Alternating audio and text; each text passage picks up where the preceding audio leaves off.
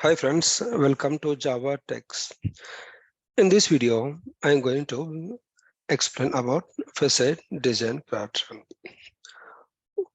I will also explain what is a facade design pattern, when do we use that, how to use that, and the advantages of using this facade design pattern with real-time example and one hands-on example. Now let's think of software design pattern. In software, a design pattern is a general and reusable solution to a commonly occurring problem within a given context. Right? It is not a finished design pattern that can be transformed directly into source or mission code.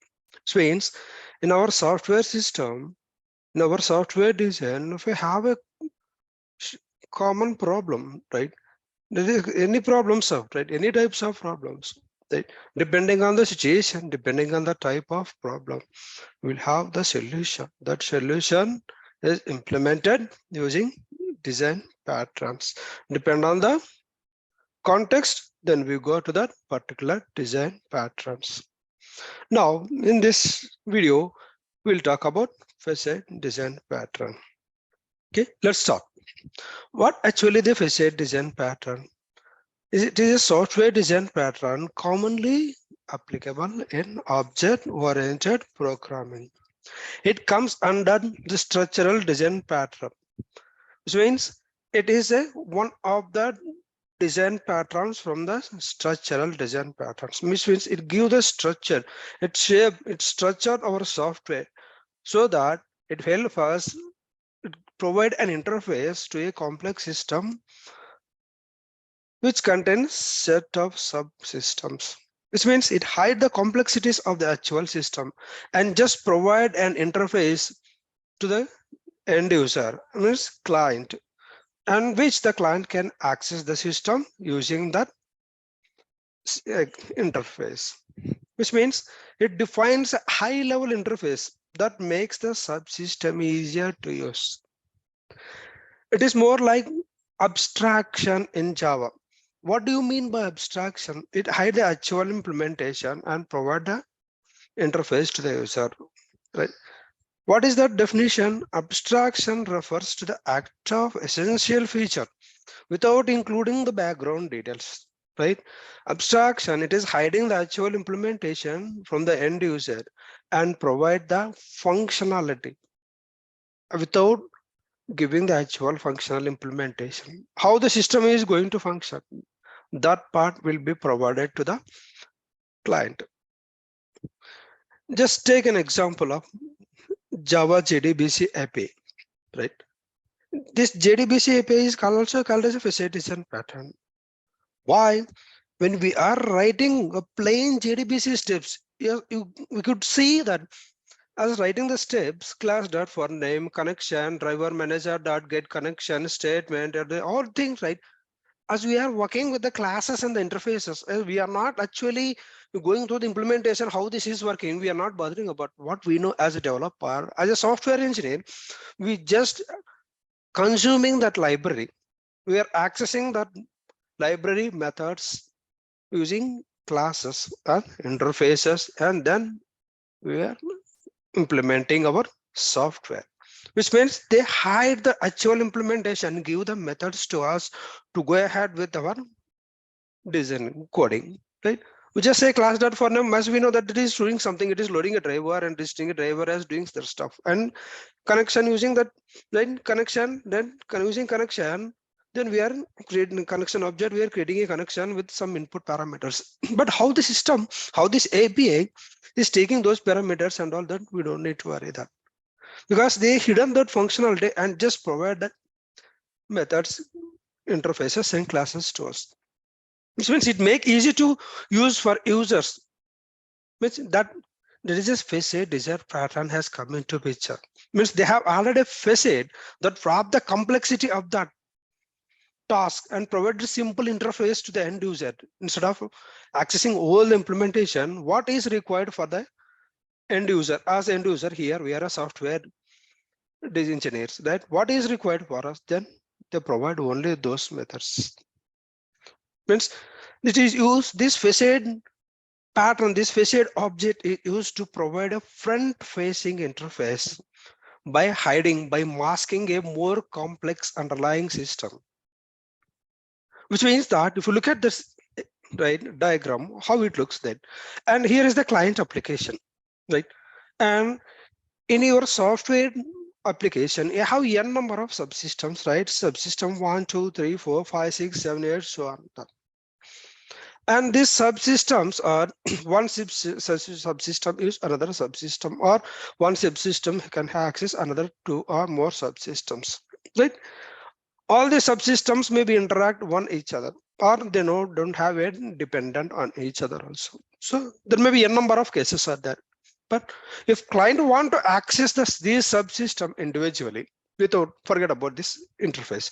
If client want to access these subsystems, then he has to understand this, what this subsystem is doing and what piece of code is there and what the subsystem is doing. That every subsystem he has to understand them, and he has to make a connection. It means then he has to understand the subsystem, then he has to call this, what method is required for him, what piece of information is required to access. Then he has to know that in detail about this subsystem, which makes very complicated to the client to access, to consume all these subsystems.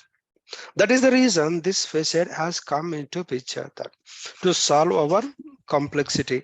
This facade is the pattern that is applied, that is merged, that is wrapped all these subsystem into one common system. This is also a system right here. In this system, using this system, we are accessing, we means the client application, the end user is accessing those subsystem functionality using that. If there is any change in the subsystem, right, it can simply, you no need to worry all about this. Then the user can go to the facade and change that particular functionality related to that subsystem. Which means this facade have the common interfaces, what the client, what the end user wants to do from each of these subsystems. Everything will be centralized in this subsystem, in this system, in this interface, which means you cannot see the implementation in this facade. As interface in the sense that what we could see, it contains a pure abstract methods, right? You don't have any implementation. The same, it is our normal interface only. You don't see any actual implementation. As you could see the methods that is needed for the end user. Let's take a real-time example of any laptop. When you switch on the power button, what you are expecting, what we are expecting to boot the system, right? To boot the system, internally it does many things, right? Loading the operating system and connecting to CPU, processor, RAM, etc., motherboard, and everything. It checks if everything perfect, the screen gets loaded. Internally, what it is doing, that we don't worry that. What is our action as a client, as a user?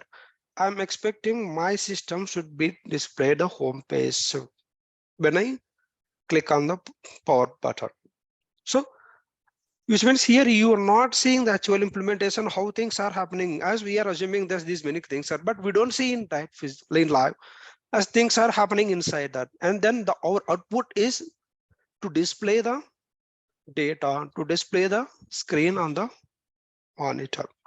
This is one example. If you take another example, if you want to draw a pattern, that pattern can be any shape, any shape. Just take an example of a shape, whether it's a circle, rectangle, oval, ellipse, any shape. What do you expect that in interface we provide all these methods, right? What shape you are going to draw, then you just say I want the shape to draw this, then you just call that particular method from that interface. Draw a circle, okay, draw a rectangle, draw a square, draw a oval, draw a ellipse shape. But how it is head drawing internally, you don't need to worry. Your scope, your context is that to get that selected functionality. As what you are selecting, according to the input, your input output should be expected, as expected. So like this, the facade design pattern will wrap all these subsystems complexity and make it as simple system as one system so that end user, the client application can easily access to this facade pattern. As everyone seen that what is this facade design pattern, how, where do we apply it?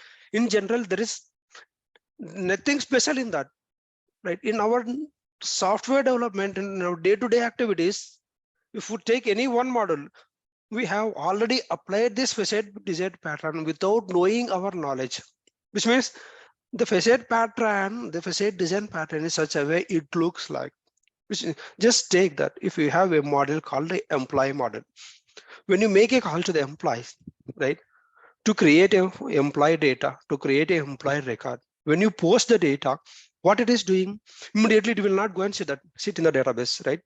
First, it get the form data and validate the input, right? Validate input, you could see that there is a method called validate form data or validate user data or validate something, the method name. But if you go inside validate, then there is a lot of stuff written in that. They make sure the employee ID is mandatory, first name for last name is mandatory, mobile name, and this should not contain any of these special characters. Mobile name should be pure digits or age, and so on, so on. That, which means a lot of stuff, lot of validations with regex expressions, with email syntax also.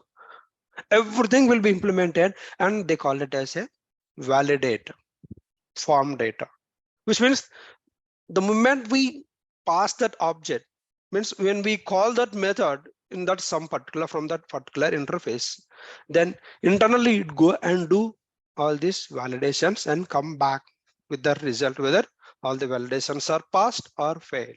So that is one method which resides in the interface. There is an interface, means they are just giving access to those methods, right? We don't want to worry how these validations are implemented. We just pass that object to validate our form data, right?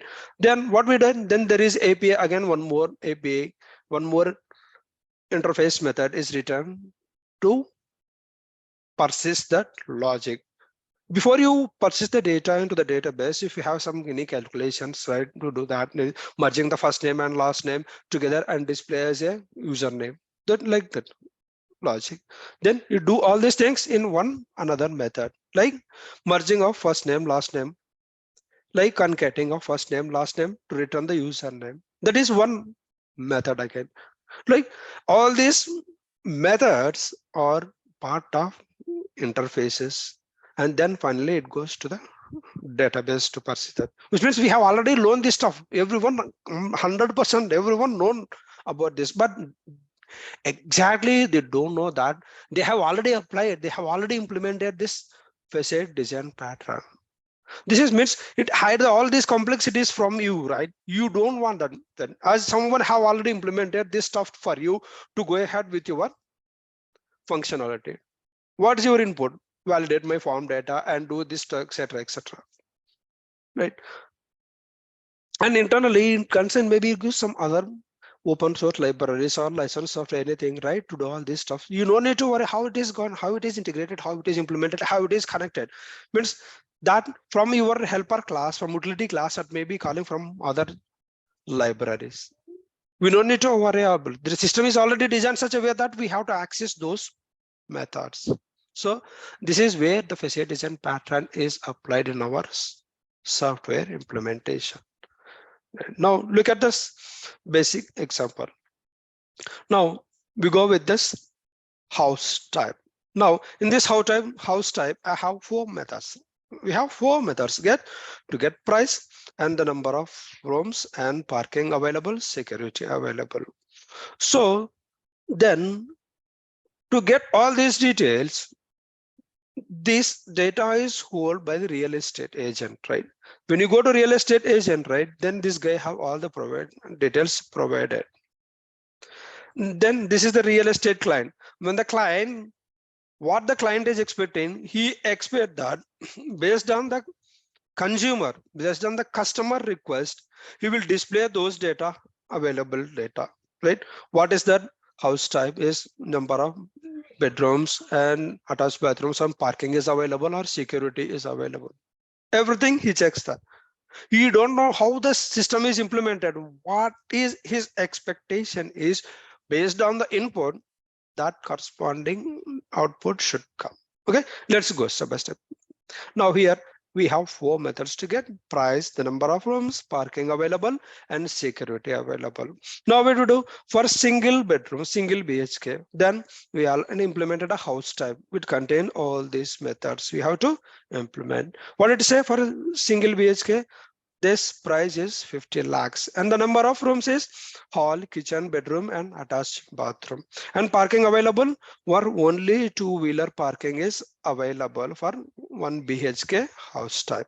And security at our own risk. And the same thing if you go to the 2 BHK, what is it? The price will be higher than the single BHK and it contains hall, kitchen, 2 bedrooms and attached bathrooms. And parking, two-wheeler and four-wheeler parking available. Security, again, it is our own risk only. For 2 BHK also, it may be independent house also, there is a 2 BHK there. It is not guaranteed that security is available. If you go to villas, then it is the group of houses are there. Definitely, it will be there. Then if you think that price is too high compared to 1 BHK and 2 BHK, and the number of rooms are hall, kitchen, 3 bedrooms and attached bathroom, parking available, two-wheeler and four-wheeler, and definitely security is available for your house. Now if customer wants to buy a house and with the availability facilities, then what do you do? He will contact a real estate client and real estate guy. The real estate guy will actually ask the customer, what is your expected? Are you expecting single BHK, 2 BHK or villas? Enter, please help me. So then what do you do? Then the customer asks, no, I want to check the facilities. I want to check that what is there with single BHK and what is there in 2 BHK and what is there in villas, and then I will decide whether what to buy that. Then what do you say that according to the customer, then he give that what is this? Okay, this is sequence. Then he give that choice of that. What is single BHK? Then he go here this guy, and this is a real estate agent which hold all the data of the complexity rate. Here, you see this real estate client, he does not have any access to this internal subsystem. You know this, right? He just create object to this real estate agent, and using that agent, then he call that then single BHK details. Then in this single BHK method, you have all these internal methods, right? That is implemented by this single BHK class. If you this go to single BHK, right? It is already implemented house type.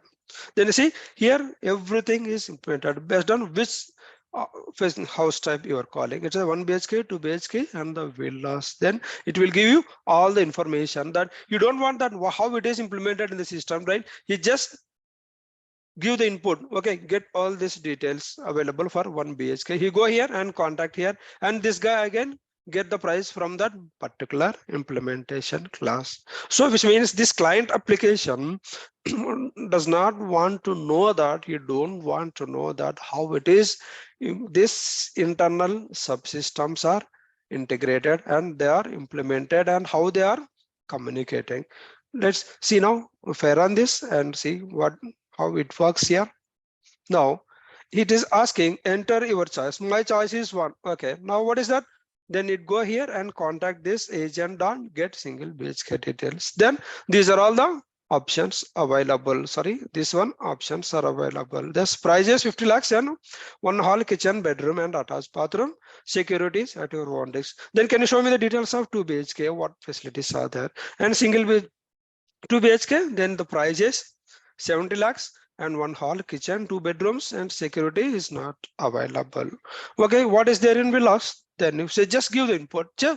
According to your input, entire data will be fetched. 3 BHK, the price is 90 lakhs and 1 hall, kitchen, 3 bedrooms with all the attached bathrooms and security also available, and as well as two-wheeler and four-wheeler parking. Which means what here? This guy is only looking at this methods. These methods are there in interface methods, which means this house types, all this, right? Get house type. House type is the interface methods. Means he just have access. He just to know that right? Get what is the price and the number of rooms parking available and security available. This client sits in general, this client will not see all these implementation classes, how they are implemented and how it is. Right? Internally, it go that when you say depending on your input, it connect to this class, and internally again this agent will go and call all those details, will go and pull all those details from here. Now it is hard codedly have written this coding in in real time scenario. This will not be like that. Again here it will connect to again our DAO layer, which in time it connect to our underlying database and get the data, and that data again it will be then we may have some additional logics also here to perform and then return here, which means this is simple way how this is only one level or two level of subsystems you can have in real-time scenario. From here, if we say from DAO layer, from here DAO layer, again it is a one more subsystem. This subsystem again interact, again it wants to communicate to the DAO layer to get our data availability. Means what is that? The price available for this guy, and for this the rooms available for this, and any facilities, so on so on. If you have any other common features, common facilities available, then you have to correct that. That is one more subsystem. So this is how the facade design pattern is applicable in our software design. If you have any comments, please post it in the comment box. I will reply with your comments. Okay, as of now we stop here. In the next video I am going to post about another design patterns. Okay, as now I stop here.